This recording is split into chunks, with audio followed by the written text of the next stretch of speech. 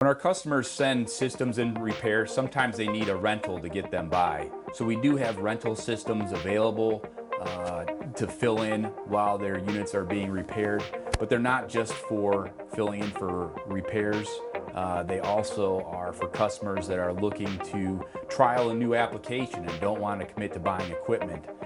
Or if they're looking to test out new adhesives so they don't have to purge their system, we can drop in a rental system to make that process a whole lot easier.